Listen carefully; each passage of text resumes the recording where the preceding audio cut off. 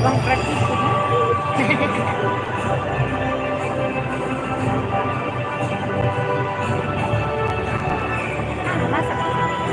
Dere, maano yan. Ay, papayamod niya ang accomplishments.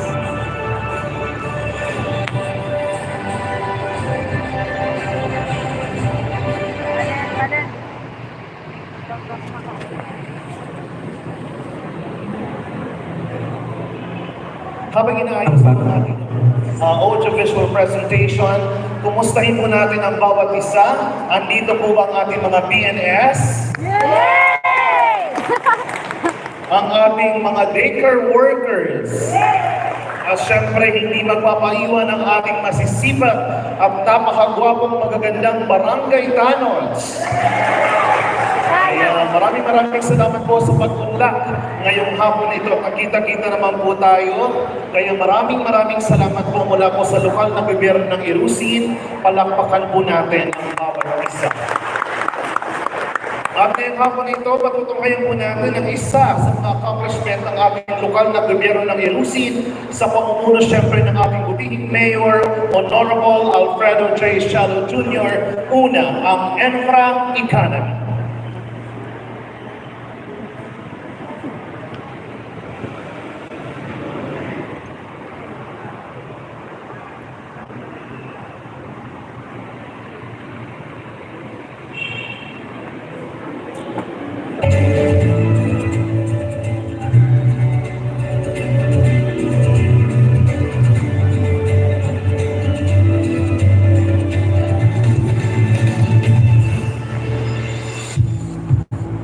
Talaga namang napakaganda na naging pagunlad ng bayan ng Irusin sa administrasyon ni Mayor Pedro Shelo. Mula pa noong 2016, sinikap nating mas mapaunlad ang ating mahal na bayan sa pamamagitan ng maayos at mabuting paggugobyerno bilang pagtupad sa ating pangako sa taong bayan. Pagdating sa usaping infrastruktura, isa ang Irusin sa may kahangahangang tagumpay sa pagkakaroon ng magagandang pasilidad. Sa loob ng 3 termino ni Mayor Pedro Shelo, napakaraming mga bagong buildings, establishments, at mga kalsada ang ating naisakatuparang mapatayo. Isa na rito ang pagkatatag ng INAT o ang Irusin National Agency Center and Terminal. Pangarap ni Mayor Pedro Shelo na magkaroon ng isang lugar para sa lahat ng mga national agencies sa ating bayan. Sa buong 2nd District ng Sorsogon, ang Irusin ay isang strategic location para paglagyan ng mga opisina ng ahensya ng gobyerno para mas maabot ng tao ang iba't ibang serbisyo. Napakalaking tipid nito sa pamasahe, hindi lang ng mga taga-Irusin, kundi pati na rin ng mga kalapit na bayan. Sa loob nga ng 7 taon lamang, lagpas 20 mga government agencies na ang matatagpuan ngayon sa INAT. At sa mga susunod pang taon, syempre, mas lalo pa itong darami. Matatagpuan ngayon sa INAT ang opisina ng SSS, GSIS, PhilHealth, Pag-ibig Funds, OWA, COMELEC, DepEd Irusin at iba pa. Ang ilan na rin ang tahanan ng mga bagong buildings ng PNP Irusin, BJMP at Bureau of Fire Protection. Dito rin matatagpuan ang Hall of Justice at Irusin Water District. Mas maayos na rin ang ating mga kalsada, lalong-lalo na ang mga lalayong barangay kagaya ng Kawayan, Luyang at Bulawan. Dahil sa mga bagong diversion road at extension road na ito, mas ligtas nang bumabiyahe ang mga sasakyan. Mas accessible na rin ang mga paaralan at tindahan, mga ospital at iba pa. Meron rin tayong mga flood control system sa mga lugar na dinadaanan ng Canacan River, kagaya ng San Pedro, Makawayan at Gabao. Konkreto na rin ang ating mga irrigation canals para sa mga magsasaka. Mas maraming multi-purpose buildings, health centers at covered courts sa Irusin, katulad ng provincial government at iba pang mga ahensya ng gobyerno. Kaabang-abang naman ang bagong municipal building ng LGUC sa Barangay Bonavista na may ponong 200 million peso at ang bagong Super Health Center sa Barangay Tinampo. Plano rin nating magkaroon ng malawak na public cemetery at makapag-develop ng isang public park. Kamangha-mangha rin ang pag-level up ng ekonomiya ng Irusin. Saksing makapagsasabi ang mga karating bayan natin dito sa ating namimili ng mga produkto. Umaabot nga ng higit 55 million pesos ang average income ng Irusin taon-taon. Kaya naman, isa ito sa mga dahilan ng ating pagkamat mula second class, tayo ngayon ay first class municipality na mula taong 2024. Isang bagay na talaga namang nakaka-proud.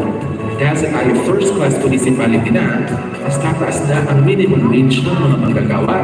At dahil mas maganda na ang ating ekonomiya, mas dumarami ang mga facilities at commercial branches sa ating bayan. Kumpara taong 2016 na may bilang na 477 business establishments, noong taong 2024, mayroon lang 927 recognized business establishments sa ating bayan. Mas maraming oportunidad din ito para makapagtrabaho ng hindi na lumalabas na irusin. Kung ikukumpara sa mga nakalipas na taon, masasabi natin mas papalapit ng papalapit sa irusin ang mga business establishments para sa ating mga pangangailangan. Ibig sabihin, mas lalong nagiging komportable ang ating pamumuhay. Patunay ang mga pagbabagong ito ng seryosong pagsuservisyo ng munisipyo. Hindi rin magiging makatotohanan ang mga programang ito, kundi dahil na rin sa tulong at kolaborasyon ng provincial governments sa pamumuno ni Governor Boboy Amor at Congressman Hope Fortes kasama na rin si Senate President Cheese Escudero at iba pang mga kakampi natin sa paglilingkod bayan. Patuloy ang paglago sa kanan ng progresibong komunidad.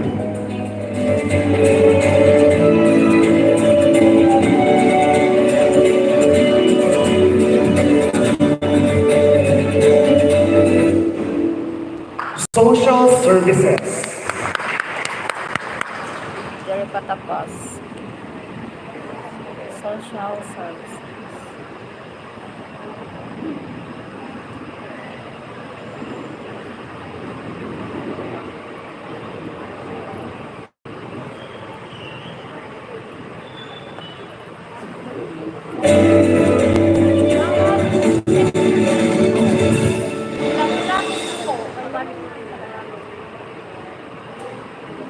Kay imbalance ko, normal na ako.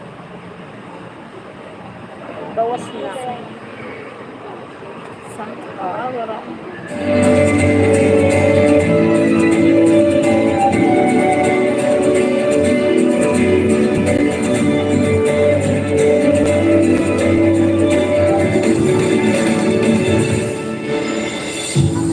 Isa sa pinaka-importanteng sektor ng paggugobyerno ng presenteng administrasyon, ang social services. Nakapaloob dito ang mga programa para sa mga kababayan nating nangangailangan ng tulong at espesyal na atensyon. Ibinagmamalaki ng administrasyong PDCHELO ang banner program na Serbisita sa Barangay at Purok Serbisita. Isang orihinal na konsepto na nagsimula pa noong 2016. Sinasalamin ito ang pagkakaisa at totoong serbisyong makatao kung saan ang lokal na gobyerno mismo ang lumalapit sa mga mamamayan. Full effort ang mga empleyado ng munisipyo kasama ang mga uniform personnel, health sector, COMELEC, SSS, PhilHealth at iba pang organisasyon at ahensya ng gobyerno para maipaabot ang mga essential na serbisyo sa mga nasa barangay o purok. Kasabay na ginaganap ka sa bisita ang tree planting activity, free haircut at manicure, kasalang bayan, SIG registration, house repair, brigada eskwela, libreng bakuna at marami pang iba. May libreng mga bagong tsinelas para sa mga bata, free sopas at syempre may mga grocery pack sa kada pamilya. Tinagura ang best practice ng LGU ang serbisita sa barangay at nawa ito ay maging mabuting halimbawa sa kada miyembro ng pamayanan. Para naman sa mga kababayan natin na nangailangan ng agarang tulong pinansyal, patuloy pa rin ang programang AICS o ang Assistance to Individual in Crisis Situation. Nagbibigyan tayo ng cash aid sa mga miyembro ng LGBT community at mga PWD. Para naman sa mga senior citizens, nabuo ang programa ng LGUC na Senior Citizen Community Pantry, kung saan may libreng mga groceries, gulay, bigas, at iba pang mga produkto. Ito ay ginaganap isang nagkakaroon ng kanyang Christmas parties ang mga sektor ng ating at gaya ng mga TODA, barangay officials, BNS, PHWs, daycare workers, at nagbibigay tayo ng cash incentives at Noche Buena package para sa pagkilala ng kanilang mga kontribusyon. Naisakatuparan na rin nating magkaroon ng Ilusin Local Youth Development Office para makafocus sa mga concern at implementasyon ng mga programa para sa mga kabataan. Mayroon na rin tayong focal person para sa opisina ng LGBT Affairs Office. Plano rin ng LGU ang magkaroon ng sariling bagong opisina ang senior citizens, PWD at MSWDO. Naging posible at magiging posible pa ang mga plano nito dahil sa pagsisikap at ng pagkikipagtulungan ng munisipyo sa mga barangay at iba't ibang kasapi ng komunidad.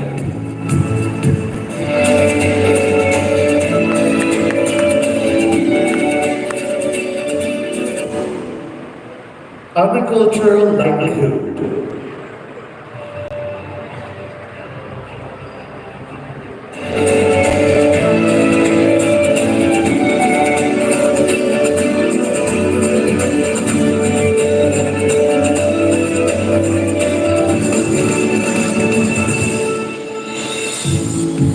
Dahil ang Ilusin ang natatanging bayan sa Sorsogon na walang dagat at tayo napapalibutan ng kabundukan, ang land agriculture ay isa sa pangunahing pinagkukunan ng produkto ng ating bayan.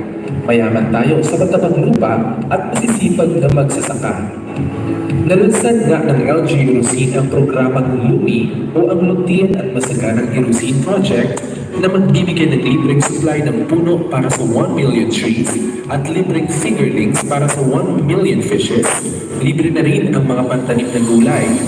Mula taong 2018 hanggang 2024, may 1.5 million tilapia fingerlings ang ating naipamahagi sa 1,386 na mga fish farmers. Ang ating mga magsasaka ang pundasyon ng mayamang agrikultura, kaya naman tutuloy ang suporta ng munisipyo sa kanilang hanay. Para sa mga rice farmers, nagbigay tayo ng tig 5,000 pesos financial subsidy sa 780 na magsasaka. Nagbigay din tayo ng halagang 15,000 pesos sa 271 na beneficiary ng SureAid Loan Program. Meron rin tayong nagbigay ng 17,183 pantanim na palay sa 1,089 na farmers. 588 bags ng hybrid na palay sa 588 na farmers at libreng abono sa 610 farmers. Nakapagbigay rin tayo ng mga insecticides sa ilalim ng rat eradication program. Inayos naman ang mga irrigation system sa mga palayan sa tulong ng National Irrigation Administration o NIA at sa pundong binigay nila na aabot sa halos 43 million pesos para sa patubig sa mga barangay kagaya ng Tamod-Tamod, Santo Domingo, Karagdakan at iba pa. May 20 libreng water pumps naman tayong naibigay sa 20 mga asosasyon at may ayudang libreng gasolina at krudo. Meron rin tayong mga bagong gamit sa pagtatanim at pag-ani ng palay, bagong rice processing centers at iba pa. Para naman sa mga coconut farmers, 93 na mag-aani ng niyog ang nabigyan natin ng incentives sa ilalim ng Plant Now, Pay Later program ng Philippine Coconut Authority o PCA. 388 na farmers naman ang naging beneficiaryo ng PCA Cash and Food Subsidy Program. Sa mga poultry farmers, nagbigay naman tayo ng dispersal na manok at itik sa 20 poultry farmers sa tulong ng pamana. May libre rin tayong bakuna sa mga alagang aso at sa tulong ng FIDA, nakabigay tayo ng incentives sa 24 na abaka farmers at nagkaroon tayo ng distribution ng abaka seedlings sa ilang mga barangay sa Ilusin. Sa 28 mga barangay sa Ilusin, sila ngayon ay mayroon ng BAFW o Barangay Agricultural Fishery Workers. Pagdating naman sa sektor ng kabuhayan o livelihood, sinigurado ng administrasyon ni Mayor Tweedy Shelo na may sapat na pondo para sa Sustainable Livelihood Program sa mga organisasyon at individual. Nagbigay tayo ng trabaho sa mga beneficiary ng Dolin Tupad. Mayroon na rin pagkakataong makapagtrabaho kahit na estudyante pa sa ilalim ng Dolin SPES o Special Program of Employment of Students at GIT o General Internship Program dito sa munisipyo. May cash for work naman tayo para sa mga naglilinis ng waterways at naglilinis ng mga daan. Sa pamumuno rin ni Mayor Tweedy Shelo, naiwisit natin na magkaroon ang mga agri-fishery workers ng tig 500 peso honorarium buwan-buwan. Mayroon na rin travel allowance ang mga tauhan ng Barangay Senior Citizens Affairs Office at ang mga barangay tanon ay nakakakuha naman ng tig 500 pesos honorarium kada buwan. Pati mga honorarium ng barangay health workers at barangay nutrition scholars ay naisakatuparan nating mapataas. Sa koordinasyon sa TESDA, iba't ibang skills training na rin ang ating naibaba. Dagdag pangkabuhayan at kita sa mga skills traits na irusanon. Tinaasan naman ang sahod ng mga empleyado ng LGU Ilusin. Sila rin ay nakakakuha ng tao ng benefits kagaya na lamang ng tig 6,000 pesos at 13th and 14th month pay, 5,000 pesos sa Productive Enhancement Incentive, 5,000 pesos cash gift, 25,000 pesos sa Collective Negotiation Agreement o CNA, at 10,000 pesos sa Service Recognition Incentive o SRI. Tinaasan na rin natin ang basic pay ng mga job order employees at sila'y nabigyan ng tig 5,000 pesos na regalo kada Disyembre. Nakapagbigay rin tayo ng mga ayudang gulong at cash assistance sa mga TONA members sa tulong na rin ng 7K Kabuhayan Program ng Provincial Government of Sorsogon. Kasabay sa pag-angat ng Irusin ang lalong pagpapabuti ng mga benepisyo sa ating mga mahal na manggagawa. Sila ang ating mga bayani at ang magpapanatiling paunlad ng ating bayan.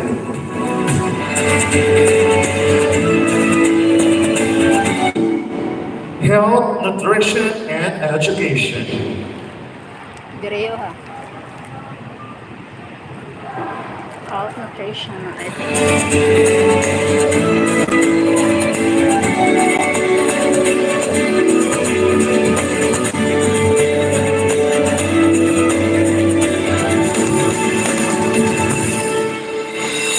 Sa loob ng tatlong termino ni Mayor Pino Cielo, naging makabuluhan din ang mga programa para sa nutrisyon, kalusugan at edukasyon. Naisakatuparan ng LGU ang ilang mga importanteng programa para sa kalusugan, kagaya halimbawa ng pagsasaayos ng Gabao Lying-in Clinic. Nasolusyonan na rin ang kakulangan natin sa ambulansya sa dagdag na 2 unit mula sa PCSO at PAGCOR. Ngayon mayroon ng 4 na unit na ambulansya ang Ilusin. Pinaayos din ang opisina ng Rural Health Unit at isa ang Ilusin sa mga pinaka-aktibo pagdating sa mobile blood donation kada quarter. Para naman matugunan ang problema ng schistosomiasis, nagbigay tayo ng mga toilet bowls at materyales sa ilang mga target beneficiary na walang monitoro at nilinis natin ang ating mga water canals. Ito ay sa ilalim ng programa Schistosomiasis Control Program. Nagkaroon din tayo ng feeding program at Operation Timbang. Sa pagsisikap ni Mayor Pino Cielo, dinaasan ang honorarium ng ating mga barangay health workers o BHWs mula 500 pesos noong 2016, ginawa itong 1,500 pesos kada buwan mula taong 2022. Tinaasan rin niya ang honorarium ng mga barangay nutrition scholars mula 800 pesos noong 2016, ginawa itong 2,500 pesos kada buwan mula noong taong 2022. Nakapag-turnover na tayo ng 2 bagong mga barangay health center facilities sa barangay Tinampo at Kasidin. Patuloy naman ang construction ng planong Super Health Center ng Ilusin sa barangay Tinampo. Ngayong taong 2025, provision ng bubuksan ang bagong RHU 2 sa barangay Tinampo. Sa suporta naman ng Sorsogon Provincial Government sa panguna ni Governor Boboy Amor, ang Ilusin ang napiling paglagyan ng Provincial Hospital para sa buong 2nd District. Isang advanced at kumpleto sa pasilidad para sa iba't ibang serbisyo pang kalusugan na mas malapit sa mga tao. Patuloy naman ang suporta ng LGUC sa programang 7K Kalusugan ng Provincial Government. Buong-buo naman ang suporta ng administrasyon sa sektor ng edukasyon. 2 elementary schools sa Ilusin ang matagumpay na na-convert para maging integrated schools. Ito ang Batang Integrated School at Patag Integrated School. Ibig sabihin, mayroon silang junior high school level classes para siguradong makapagpatuloy ng pag-aaral ang mga estudyante na sakop ng kanilang paaralan. Nag-donate ng lote ang Ilusin sa mga paaralan kagaya na lamang ng Bacolod Elementary School at Patag Integrated Schools. Nadagdagan naman ang mga school buildings ang Davao National High School, Irusin North National High School at Gumapia Elementary School. At may mga bago tayong gymnasium sa ibang mga paaralan. Regular namang naibibigay ang mga pondo sa kada public schools galing sa SEF o ang Special Education Fund. Maraming pagkakataon na rin ang nagsagawa tayo ng distribution ng mga school supplies sa mga bata at sumusuporta pa rin ang LGU sa Brigada Eskwela at Brigada Pabasa. Bilang tulong naman sa ating mga child development workers, tinaasan natin ang kanilang honorarium mula 500 pesos, ito ay 1,000 pesos na kada buwan. Bilang magkilala sa buhay at dedikasyon ng mga guro, taon-taon naman ginaganap ang Local Teachers Day sa Irusin. Nagsimula ito noong 2022. Ginaganap tuwing Disyembre, dito rin ginaganap ang Search for the Most Outstanding Teachers of Irusin Award. Mas dumarami na rin ang mga tertiary education sa Irusin. Bukod sa Veritas College of Irusin, patuloy naman ang koordinasyon ng Irusin sa Sorsogon State University para magkaroon ng campus dito sa ating bayan. Magbubukas naman ang Bonaventure Colleges of Sorsogon at mayroon rin tayong TESDA Provincial Center sa Buena Vista para sa mga nais mag-avail ng technical trainings. Talaga namang malayo na ang ating natin at mas malayo pa ang ating kayang patunguhan. Sa ating patuloy na pagsisikap, maaabot natin ang mas mainam at magandang kinabukasan ng ating bayan.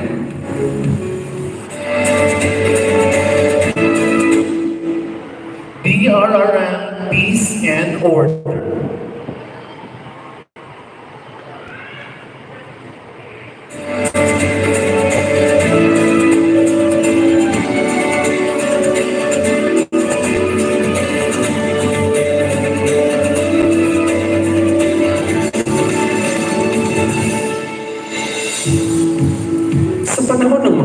Sa ating bayan, agarang aksyon ang pinatutupad ng lokal na gobyerno sa administrasyong Pinoy Shelo. Sinisigurado nating ligtas ang bawat mamamayan at sinisikap na magkaroon ng pagtutulungan ang lahat. Sa panahon ng bagyo, prioridad ng munisipyo ang agarang asistensya sa mga nasalanta. Nagkakaroon din tayo ng bayanihan para masaayos ang ilang mga nasirang bahay at mga pasilidad sa eskwelahan, simbahan at iba pa. Nakapagbibigay din tayo ng mga libreng materyales sa mga pag-aayos na ito. Meron rin tayong mga itinilagang tao para sa mga evacuation center upang masiguro ang kanilang kaligtasan. Bukod sa bagyo, tayo rin ay aktibong nagbibigay ng tulong sa mga naapektuhan ng anumang volcanic activity ng Pulusan Volcano. Hindi lang tayo tumutulong sa ating mga kababayan sa Irusin. Matatanda ang nagkondukta tayo ng serbisita at relief operation para sa mga kababayan natin na salanta ng Typhoon Rolly sa Tiwi Albay noong 2020 sa kasagsagan ng pandemya. Tayo mismo ang nagsagawa ng house repair, feeding program, road clearing operation at nagsaayos ng mga street lights. Sa mga pagkakataong may selebrasyon o event kagaya ng fiesta at iba pa sa ating bayan, sinisigurado namang maayos ang ating traffic, laging ganda ang emergency assistance at ligtas ang lugar na pinagdarausan ng mga pagtitipon. Matatandaan ang bayan ng Irusin ang naging host ng katatapos lamang ng Boy Scouts of the Philippines 14th National Brotherhood noong Hulyo 22, 2024. Isang matagumpay at makulang event para sa buong bayan. Sa isang komunidad na prioridad ang pagunlad, hindi maaaring makalimutang bigyang atensyon ang sektor ng peace and order. Sa Irusin, matatag ang ugnayan ng LGU at ating unipormadong hanay. Tayo'y bumuo ng tinatawag ng Municipal Peace and Order Council o MPOC at Municipal Anti-Drug Abuse Council or MADA. Sa ating ng mga pagsisikap, sa wakas, nadeklarang drug-clean municipality na ang bayan ng Irusin.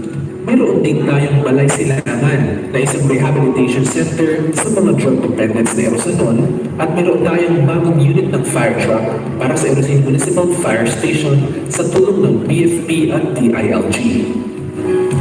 Sinisikap ng LG Irusin sa pangunguna ni Mayor Peter Shelo na mas mapatatag ang relasyon ng komunidad sa ating mga uniform personnel na maalis ng kanilang takot. Kaya naman palagi nating kasangga sa mga pagpaplano at implementasyon ng mga lokal na programa ang ating mga kasama mula sa Irusin Municipal Police Station, Bureau of Fire Protection, AFP at PJMP sa ating mga outreach program.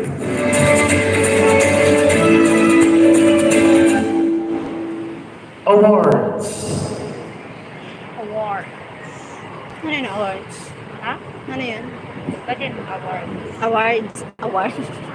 Nabungol na ako. Awards.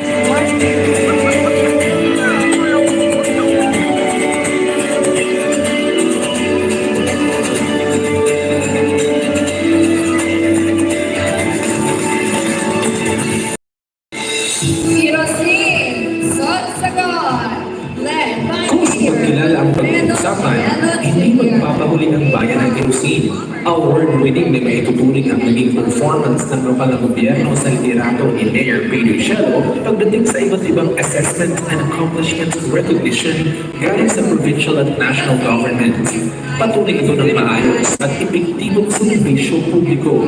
Hall of Famer ang LG Irusin mula nang makuha natin ang Seal of Good Local Governance Award o ang prestigyosong SJLG Award ng DILG sa loob ng mga magkakasunod na taon, 2019, 2022, 2023 at 2024. Ang SJLG Award ang pinakamataas na parangal na binibigay ng gobyerno para sa mga lokal na pamahalaan na pumapasa sa maraming aspeto ng serbisyo publiko, kagaya halimbawa ng tamang paggamit ng pondo, pangangalaga sa kalikasan, programa para sa kababaihan at kabataan, kahandaan sa sakuna, kalusugan, turismo, peace and order at iba pa.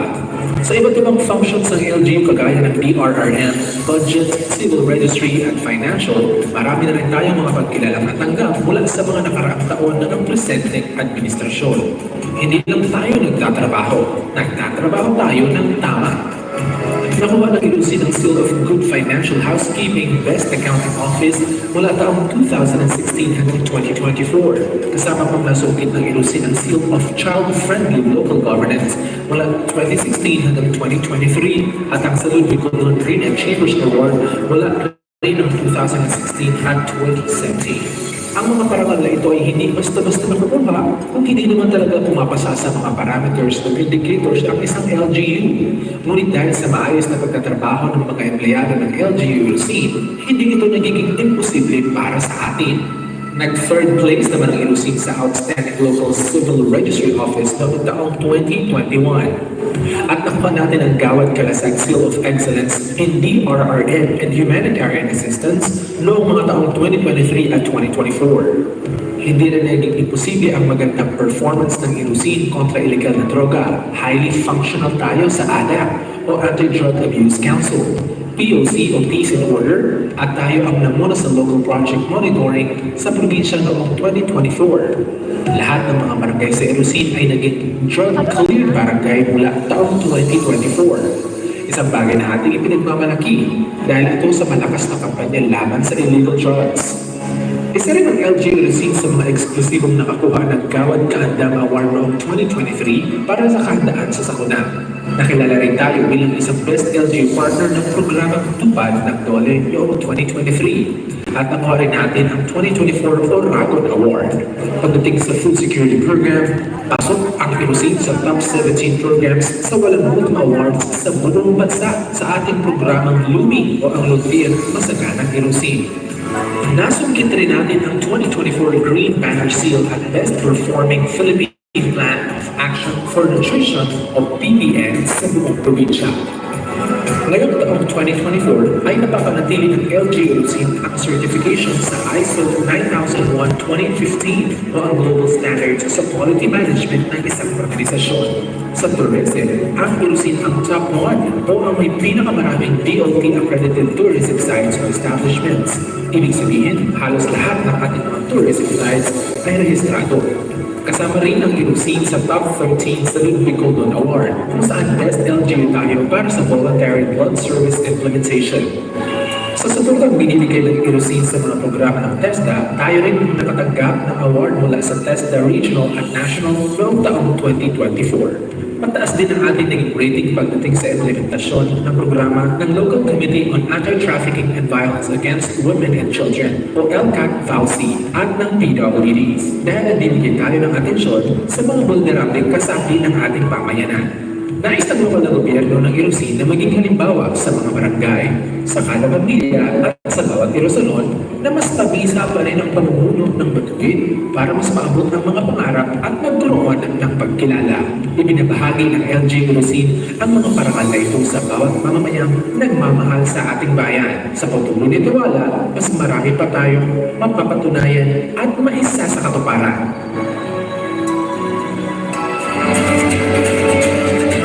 Sa muli po, palakpakan po natin ang lokal na gobyerno ng Ilosin. And to give his inspirational message to each every one of us, may I call syempre ang ating butihing Mayor, Honorable Alfredo J. Chalo Jr.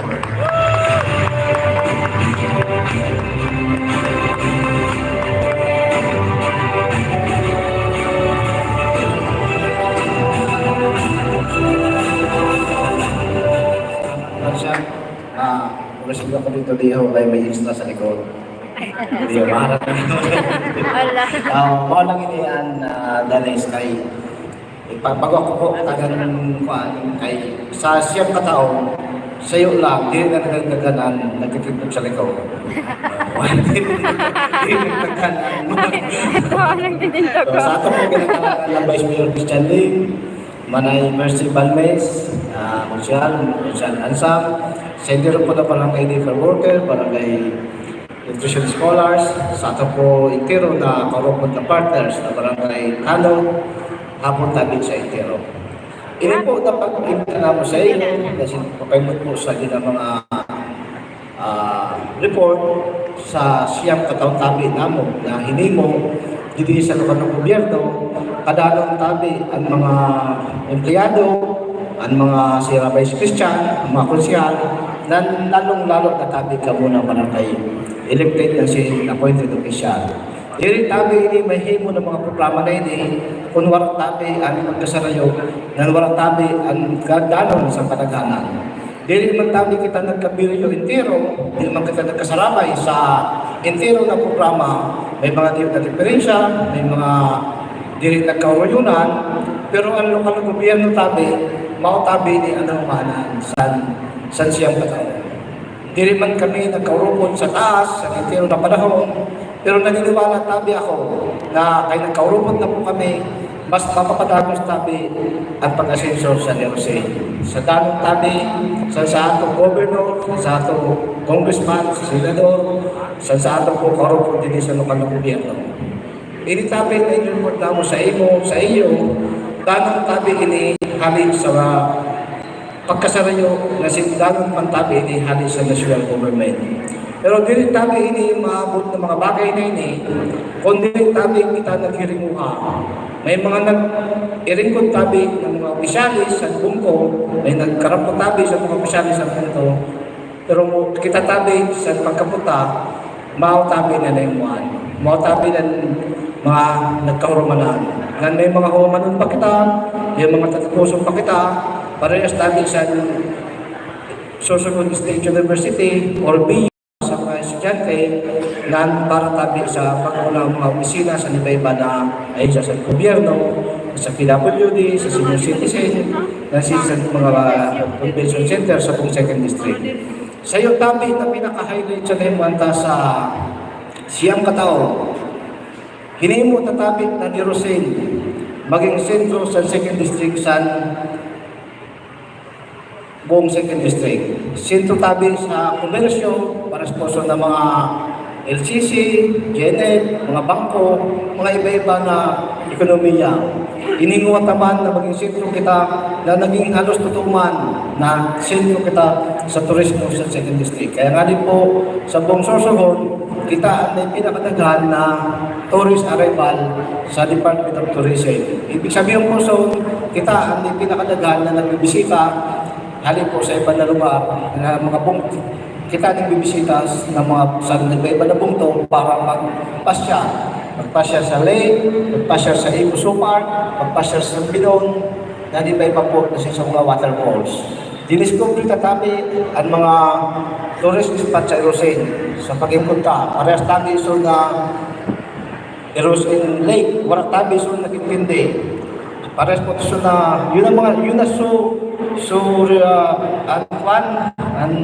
falls, water falls, sa erosion tabi yun. May yung tabi kinasusan papel hali sa DINAP, sa Bureau of Mines and Geomines.